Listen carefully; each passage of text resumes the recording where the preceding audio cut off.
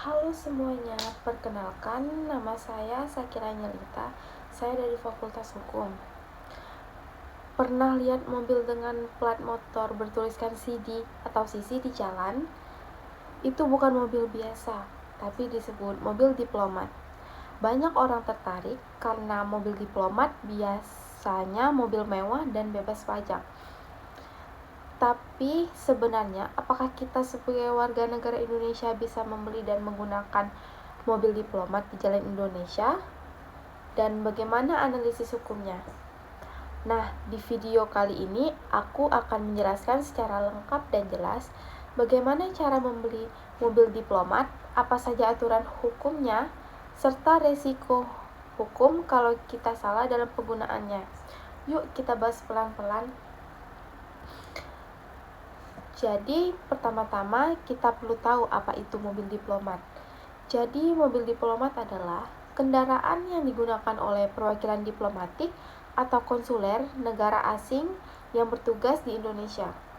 Mobil ini memiliki plat nomor khusus berwarna hitam dengan tulisan putih dan kode CD, CC, atau AT, yang artinya Korps Diplomatik, Korps Konsuler, dan Ates Teknik. Mobil diplomat bukan sembarang mobil. Mereka mendapat fasilitas bebas pajak impor, bebas bea masuk, dan perlakuan khusus lainnya. Semua itu diberikan karena adanya Konvensi Wina tentang Hubungan Diplomatik tahun 1961 yang sudah diratifikasi oleh Indonesia lewat Undang-Undang Nomor 1 Tahun 1982. Nah, karena fasilitasnya istimewa, maka hanya diplomat asing yang diakui pemerintah Indonesia yang boleh memiliki dan menggunakan mobil tersebut. Setiap kendaraan diplomatik didaftarkan langsung di Kementerian Luar Negeri, bukan di Samsat seperti kendaraan biasa, jadi status hukumnya melekat pada diplomatiknya, bukan pada mobilnya. Lalu, gimana kalau orang Indonesia ingin membeli mobil diplomat? Secara hukum, tidak boleh langsung membeli diplomat yang masih aktif statusnya. Tapi, ada satu pengecualian, yaitu kalau mobil tersebut sudah tidak berstatus diplomatik. Biasanya terjadi ketika diplomat yang bersangkutan sudah selesai masa tugasnya di Indonesia. Dalam kondisi itu, diplomat punya dua pilihan. Yang pertama, membawa mobilnya pulang ke negaranya atau menjualnya kepada warga Indonesia. Nah, kalau dijual, mobil itu harus dihapus dulu dari daftar kendaraan diplomatik di Kementerian Luar Negeri. Setelah itu, semua pajak dan bea masuk yang sebelumnya dibebaskan harus dibayar penuh ke Direktorat Jenderal Bea dan Cukai. Proses ini disebut mutasi keluar status diplomatik. Setelah statusnya dihapus dan pajaknya dibayar, mobil baru bisa didaftarkan ulang di Samsat. Untuk mendapatkan BPKB, STNK, dan plat nomor biasa. Barulah setelah itu mobil bisa digunakan secara legal di jalan umum Indonesia.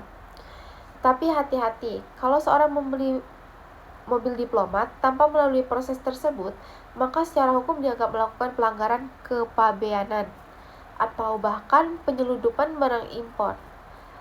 Hal ini bisa dijerat dengan Undang-Undang Nomor 17 Tahun 2006 tentang kepabeanan dan pelakunya dapat dikenai pidana penjara dan denda yang cukup besar. Selain itu, mobil yang masih berstatus diplomatik tidak terdaftar di kepolisian dan tidak memiliki STNK resmi. Jadi, kalau digunakan di jalan umum bisa disita dan dianggap kendaraan ilegal. Dalam hukum lalu lintas, berdasarkan Undang-Undang Nomor 22 Tahun 2009 tentang lalu lintas dan angkutan jalan, setiap kendaraan yang beroperasi di jalan umum wajib memiliki surat-surat sah. Tanpa itu, penggunaan mobil di jalan bisa dikenai sanksi administratif maupun pidana. Sedangkan dari sisi hukum internasional, imunitas diplomatik memang membuat mobil diplomat tidak bisa ditilang atau disita, tetapi hak istimewa itu hanya berlaku selama mobil tersebut masih dimiliki oleh diplomat yang sah. Begitu dijual ke warga sipil, imunitasnya otomatis hilang. Jadi, kesimpulannya, kita bisa membeli mobil bekas diplomat, tetapi harus melalui proses legal yang lengkap.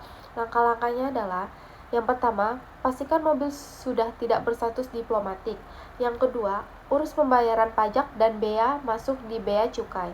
Yang ketiga, daftarkan mobil ke Samsat untuk mendapatkan surat-surat kendaraan umum. Yang keempat, setelah itu, mobil bisa digunakan secara sah di jalanan Indonesia. Kalau tidak melalui prosedur itu, risikonya sangat besar. Mobil bisa disita, kamu bisa kena pidana, dan negara bisa dirugikan karena kehilangan pendapatan pajak.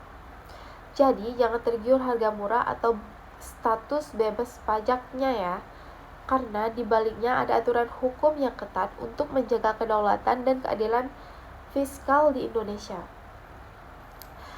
Itu dia penjelasan lengkap tentang bagaimana cara membeli dan menggunakan mobil diplomat di Indonesia beserta analisis hukumnya.